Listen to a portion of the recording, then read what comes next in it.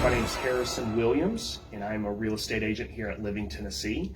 So a lot of times I get asked, what's super important about client relations and communication when it comes to dealing with clients. So I think there's a couple of factors that really play into that.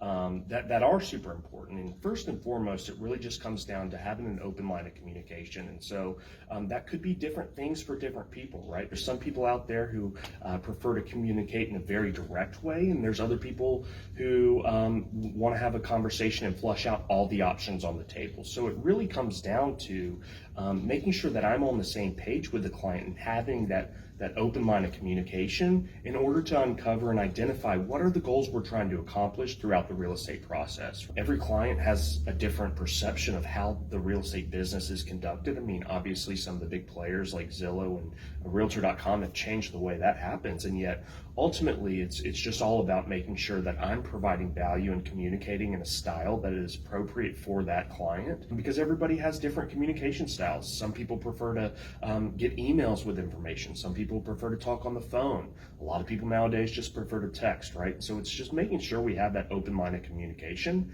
in order to have that dialogue so that we're speaking the same language and on the same page, because ultimately if we are on the same page and speaking that same language, we're going to be able to knock out and meet and exceed those goals that the client has for us.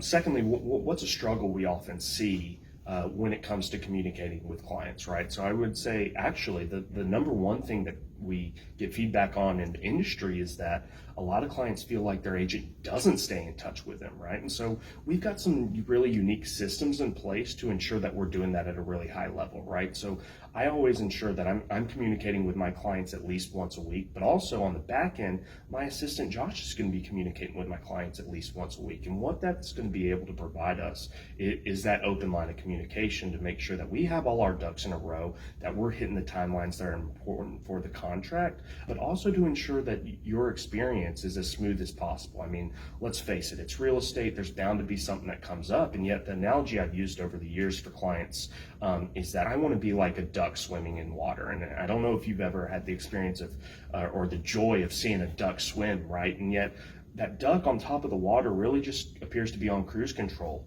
But underneath that water, that little duck is kicking its legs really, really fast and really hard to get where it's going, right? And so I want to make sure that me and my team, we're those legs under that water kicking so that you have a really smooth, clean experience on the top of the water, if that makes sense.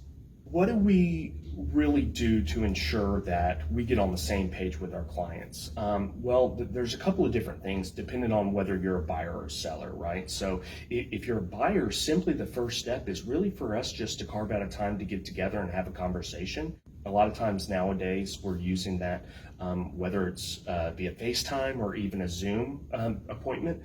But a lot of times we also just meet up in coffee shops, right, to have that conversation as to what are your goals and what are you really hoping to achieve by either buying or selling a house. So after uncovering those needs, the next logical step is simply to have a conversation with a loan officer if you're not going to be paying cash for that house. And they'll walk you through all those financials, and of course we'll be alongside you throughout that to make sure that you get your questions answered and you have adequate information to make an informed decision. Now, if you're a seller, of course, traditionally that appointment happens out at the property. So I want to make sure I'm getting my eyes on the house so that I can speak the same language with you and evaluate what do we need to do and what marketing systems do we need to put in place to ensure that we're getting you top dollar in today's market. Because quite frankly, inventory changes every single day. And so if you're not prepared and on top of what's happening out there locally, you might be left in the dust. And I don't want you to leave money on the table.